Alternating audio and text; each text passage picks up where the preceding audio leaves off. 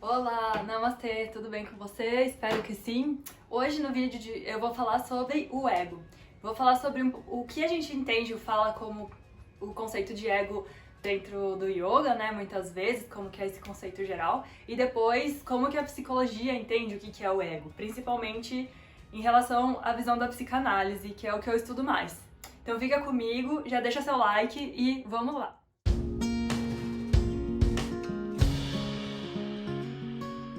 Bom, então o ego, quando eu escuto falar sobre o ego ultimamente, sempre vem alguma frase do tipo assim: ah, você sofre porque isso é coisa do ego. Ah, você tá criando resistência em relação à sua prática, mas isso é coisa do ego.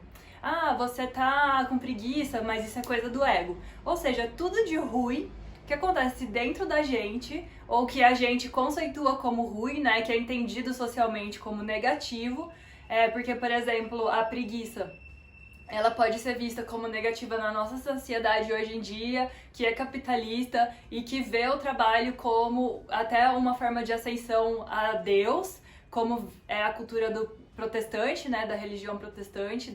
E então a gente tem essa coisa de endeusar o trabalho e a gente acha que ficar sem fazer nada, ou quando a gente não tá afim de fazer algum trabalho ou de ter alguma disciplina, a gente acaba achando que isso é negativo. Então a gente acaba colocando isso como um pecado também. Ou seja, são valores construídos, tá? Que a gente tem como positivos ou negativos dentro de valores construídos socialmente.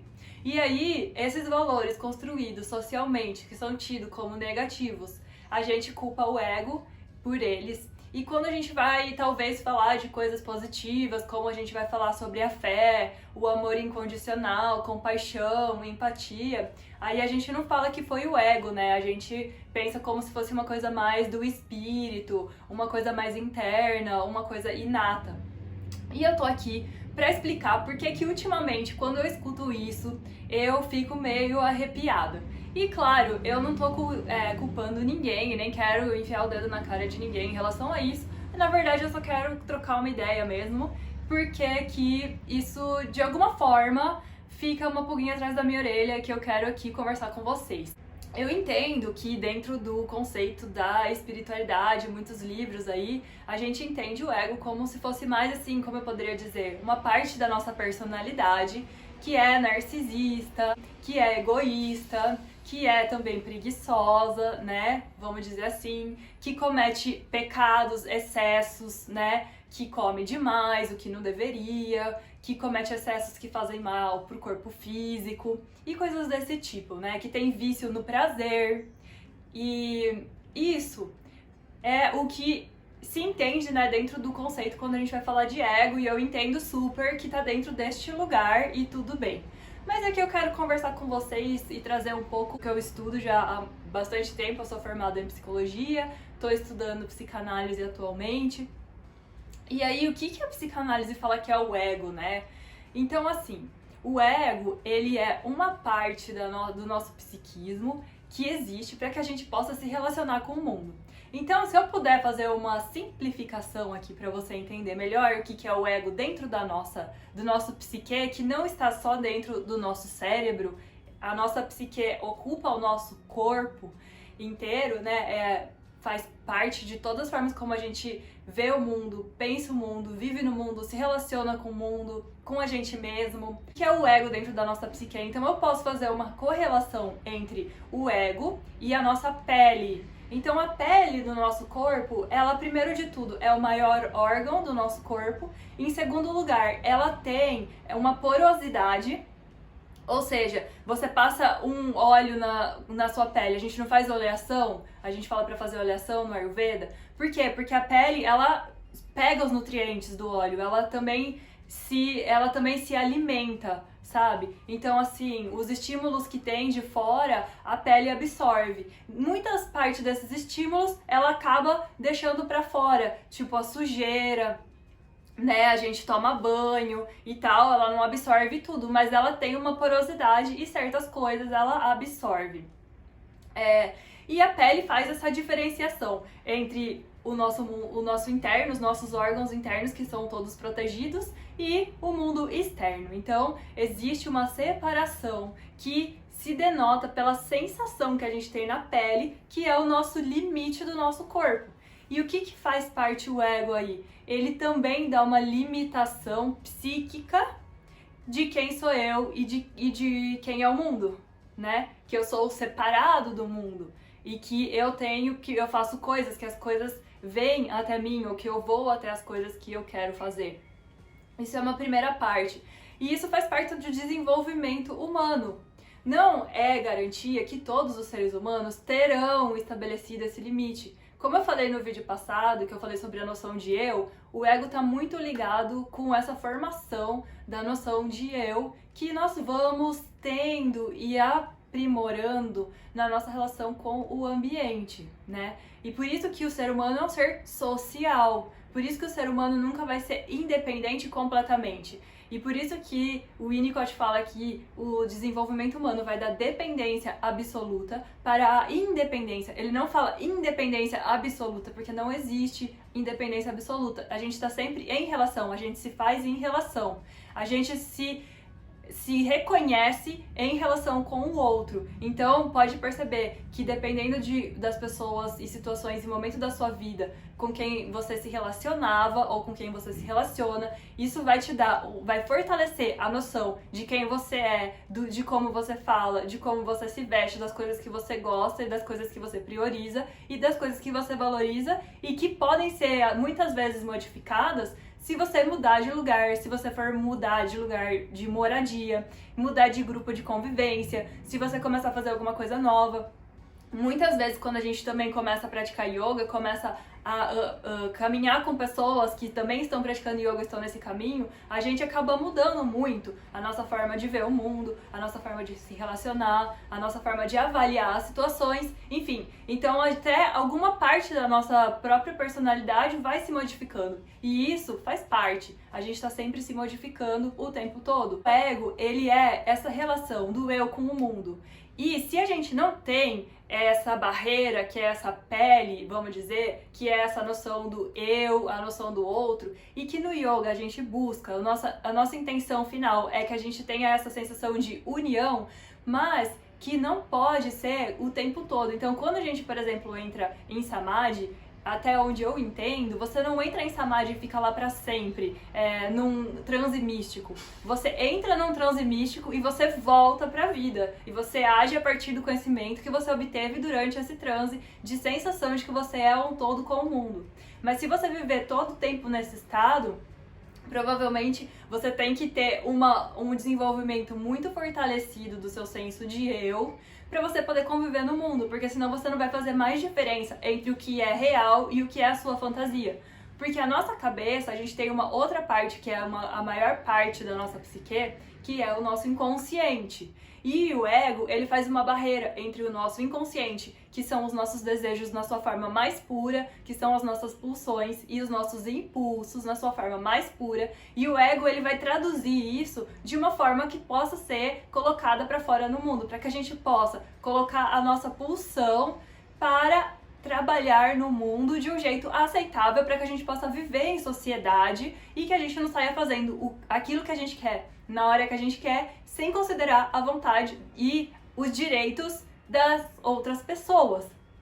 Ou seja, a noção que a gente tem para a gente poder conviver em sociedade, a gente tem que ter um ego funcionando.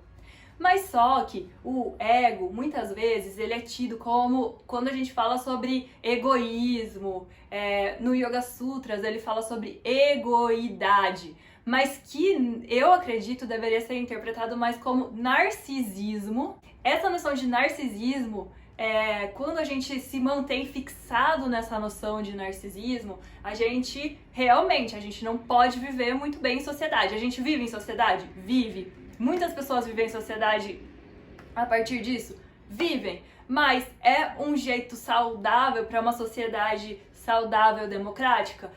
Provavelmente não seria. Que é o que a gente mais quer, assim, meio que combater. Vamos dizer, não sei se combater, mas abrir a nossa própria mente, porque todo mundo tem um aspecto narcísico.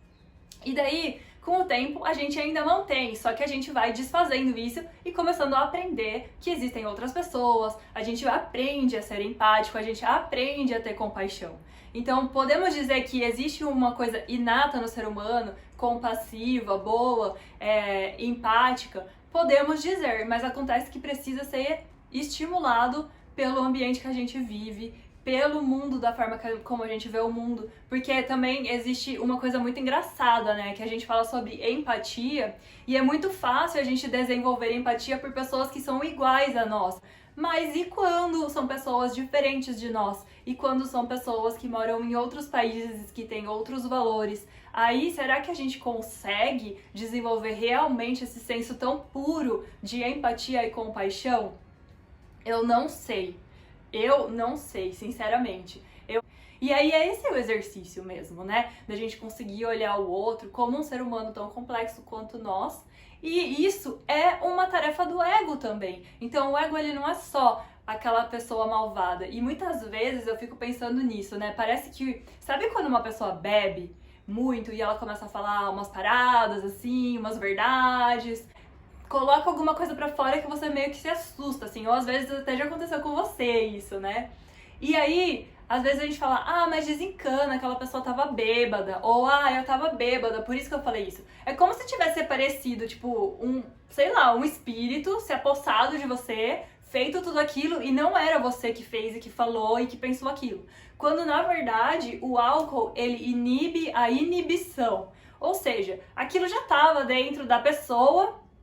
E aí o álcool só tirou aquela barreirinha, né? Tirou aquela pele que tava impedindo de sair aquilo que essa pessoa já pensa. E aí o álcool fez ela falar o que ela já pensa. E muitas vezes tem uma barreira tão grande entre o que a pessoa pensa de verdade e como ela é e o que ela fala, que a gente se assusta quando acontecem essas situações, né? Então, assim, quando a gente fala dentro de alguns discursos que eu tenho escutado aí sobre a espiritualidade, e quando se fala do ego, é como se o ego fosse essa parte, esse espírito, essa coisa, esse lado nosso nefasto. A gente tem que combater o ego. Assim, é impossível. Se a gente vive sem o ego, se a gente tira o ego, a gente perde a nossa noção de eu. E se a gente perde a nossa noção de eu, a gente não consegue viver no mundo, como eu falei. Você que tá assistindo esse vídeo, por exemplo, ou pra eu formular minhas ideias e vir aqui falar nesse vídeo, eu preciso ter um ego. Eu não posso eliminar o ego. O que acontece é que até mesmo a sua força de vontade para você acordar cedo, abrir seu tapetinho e fazer a sua prática todos os dias, ou os dias que você se propõe, estabelecer uma rotina, ter a força de vontade de se olhar, essa parte sua que se olha é uma parte do seu ego também. É uma parte do seu ego. E você vai fortalecer partes do seu ego que estão mais dispostos a olhar e menos dispostos a se defender ou defender dos impulsos. Começar com essa ajuda dessa sua parte, ver as coisas como elas são e começar a perder o medo de se relacionar com o mundo, com o medo de ser atacado e tudo. Então essa parte sua, ela vai se fortalecendo e a gente vai começando a observar os impulsos agressivos e que, assim, na verdade, os impulsos agressivos, eles não vêm do ego, eles vêm também do inconsciente, né? Eles vêm dessa nossa parte mais primitiva, vamos dizer, dessa parte mais, como algumas pessoas dizem, reptiliana. Então, os impulsos agressivos, eles vêm antes que se forme o ego. E os impulsos agressivos vão ser depois colocados, vamos dizer, expandidos para o mundo, ou colocados no mundo de diferentes formas, né? A gente fala de ahimsa, né? Então, por que será? Não essa agressividade, ela existe, ela é inata também no ser humano. E por outro lado, a expressão da agressividade também coloca a gente num lugar de ação, da gente ir atrás das coisas que a gente quer. Então a agressividade não é necessariamente negativa, ela também é necessária. Como que a gente vai levando os nossos impulsos, as nossas pulsões? Isso é uma função do ego. Aí, se ele favorece um jeito de expressar ou outro jeito de expressar, lógico, do lugar onde a gente mora, dos valores que a gente cultiva, das coisas que a gente aprende, o ego vai fazendo esse trabalho de ir conhecendo cada vez mais o que vem do inconsciente. E ao invés de ou temer aquele inconsciente e ficar reprimindo, e isso cria sintomas, ou reprimir ou negar, e ao mesmo tempo o que a gente reprime acaba acontecendo por detrás dos nossos olhos, a gente começa a tomar ações que depois a gente, igual eu falei da bebida, a gente acaba fazendo uma coisa e depois se assustando, porque não quer dizer que você não tá vendo, que não existe dentro de você. E aí a gente acaba usando também o ego para o outro lado, pra gente poder abrir barreiras e falar, tá tudo bem. Então é uma função que a gente tem interna também, de meio que de maternagem, que a gente incorpora e que a gente pode se falar, tá tudo bem, vamos lá, vamos ver, tá tudo certo, vamos ver o que a gente vai fazer com isso. Encerrando aqui, o que eu quero dizer pra você, eu entendo como muitas vezes, muitas escrituras falam o que significa o ego. E eu diria que a gente poderia interpretar mais essa noção do apego ao prazer ao mais uma noção de narcisismo do que de ego, porque o ego, se você não tivesse ego, você não estaria aqui vendo esse vídeo, você não estaria entendendo o que eu tô falando e você nunca teria aprendido a se comunicar com palavras e conceitos abstratos, entendeu o que eu tô querendo dizer? Então é bem complexo, né, na verdade, o conceito do ego, então a gente não pode falar que o ego é o responsável pelos nossos sofrimentos, né, é o jeito como a gente é o jeito como a gente conhece, como a gente se conhece. Se a gente pensar, eu preciso reprimir mais todas essas coisas negativas que são socialmente colocadas aí para que a gente possa viver melhor em sociedade. Então, como que na verdade, ao invés de reprimir, eu posso usar essas pulsões de uma forma criativa para eu poder viver no mundo sem necessariamente ter que sofrer?